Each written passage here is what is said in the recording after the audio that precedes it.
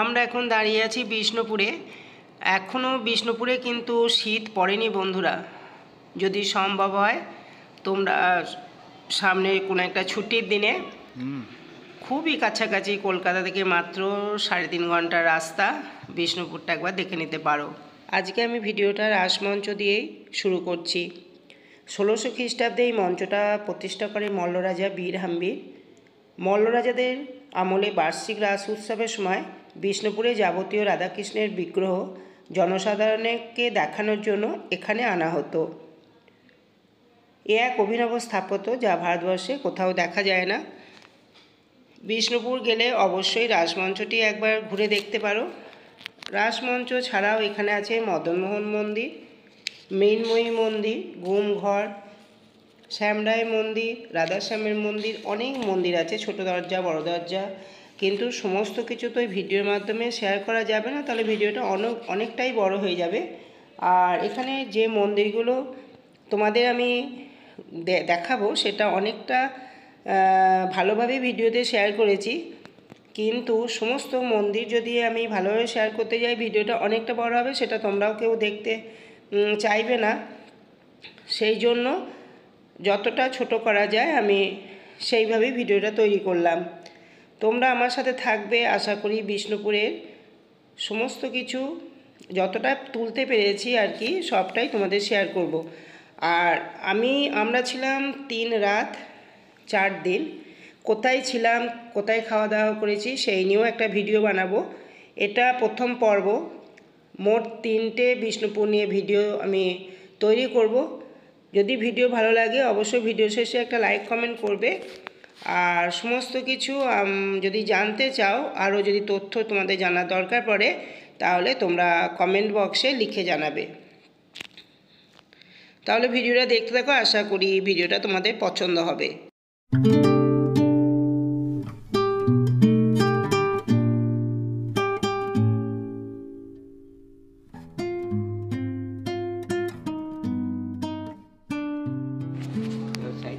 বন্ধুরা, এই মন্দিরটার নাম হচ্ছে মদনমোহন মন্দির। এটা 1694 খ্রিস্টাব্দে মল্লরাজ দুর্জন সিংহ এই মন্দিরটা প্রতিষ্ঠা করে।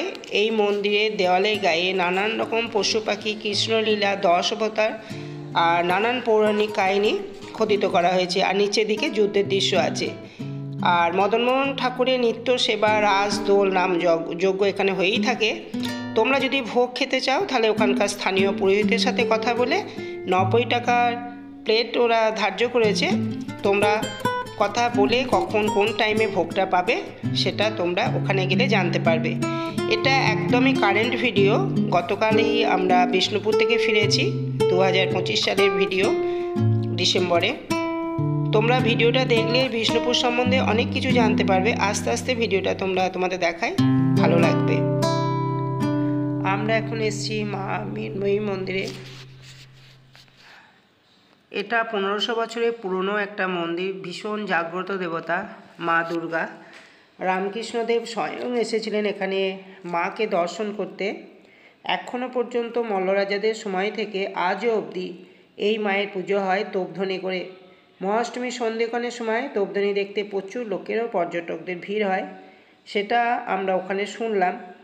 আর ভিডিওতেও তোমাদের যতটুকু পারলাম শেয়ারও করে দিলাম। বন্ধুরা, এবার এসেছি রাধাশ্যাম মন্দিরে। এই মন্দির সম্বন্ধে দু একটা কথা তোমাদের জানা দরকার আছে। এই মন্দিরটা দেখো, চৈতন্য সিংহ 1758 খ্রিস্টাব্দে মন্দিরটা প্রতিষ্ঠা করে। 1758 খ্রিস্টাব্দে মল্লরাজ চৈতন্য সিং এটা নির্মাণ করেছে।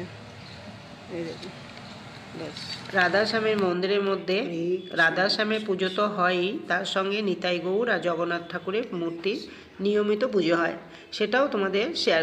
আর মন্দিরটা খুব সুন্দরভাবে ঘুরিয়ে তোমাদের দেখিয়ে দিচ্ছি। এখানে দেওয়ালে নানান রকম কারুকার্য করা হয়েছে মহাভারত পুরাণ কাহিনীর সম্বন্ধে। এই দেখো বন্ধুরা, এটা একটা বড় তুলসী মঞ্চ, খুব সুন্দর সাজানো। আর ওই দেখো দূরে দেখা যাচ্ছে ওটা নাটমঞ্চ। আর মন্দিরে এই যে কাজগুলো দেখছো, এই কাজগুলো কিন্তু খুব সুন্দরভাবে তৈরি করা আছে, সেটা তোমরা সামনাসামনি আসলে অবশ্যই দেখবে।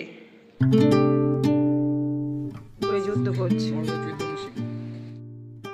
এই মন্দিরটার নাম হচ্ছে শ্যামরাই মন্দির। এই মন্দিরে প্রবেশ করতে গেলে তোমার 25 টাকা করে পার হেড টিকিট লাগে, কিন্তু যেহেতু রাজমঞ্চে তুমি টিকিট কাটছো পার হেড 25 টাকা, সেই জন্য এই শ্যামরাই মন্দিরে ওই টিকিটটা দেখালেই তোমাকে ঢুকতে দেবে।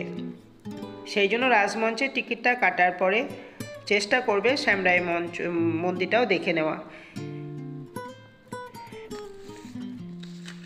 এই মন্দিরে গায়ে টেরাকোটার কাজ রয়েছে, আর এই মন্দিরটা পোড়ামাটির অলঙ্করণে তৈরি ইটের মন্দির, সব থেকে সুন্দর একটা মন্দির।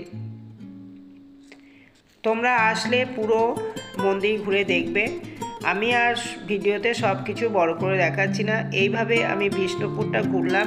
বিষ্ণুপুরে আরও রয়েছে গুমঘর, জোর বাংলা মন্দির, রাধাশ্যাম মন্দির তো আমি ভিডিওর মধ্যে দিয়ে দিয়েছি, আর আছে ছোট পাথর দরজা, বড় পাথর দরজা, রাধালাল জিউ মন্দির, তারপরে লালবাঁধটাও তোমাদের ভিডিওতে দেখিয়ে দিচ্ছি, ভালো লাগবে, সর্বমঙ্গলা মন্দির, আর ছিন্নমস্তা মন্দির আছে। ছিন্নমস্তা মন্দিরে ভিডিও করা বারণ, সেই জন্য ছিন্নমস্তা মন্দিরে পুজো দিয়েছি।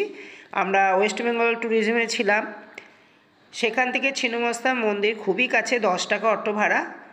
তা আমরা ওখানে গিয়ে একদিন পুজো দিয়ে এসেছি। ভিডিও করা বারণ বলে সেখানে ভিডিও করা হয়নি।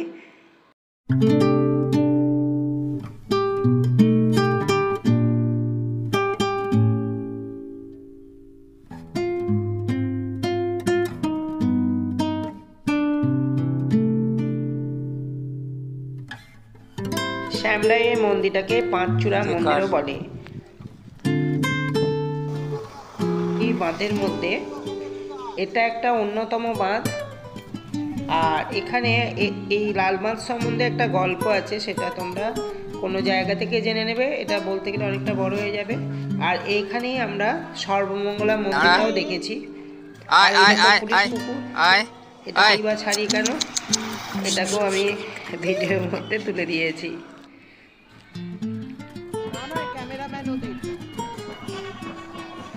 লালবাঁধে এখানে সর্বমঙ্গলা মন্দির আছে, হনুমানজির মন্দির আছে, আর শিবের মন্দির আছে।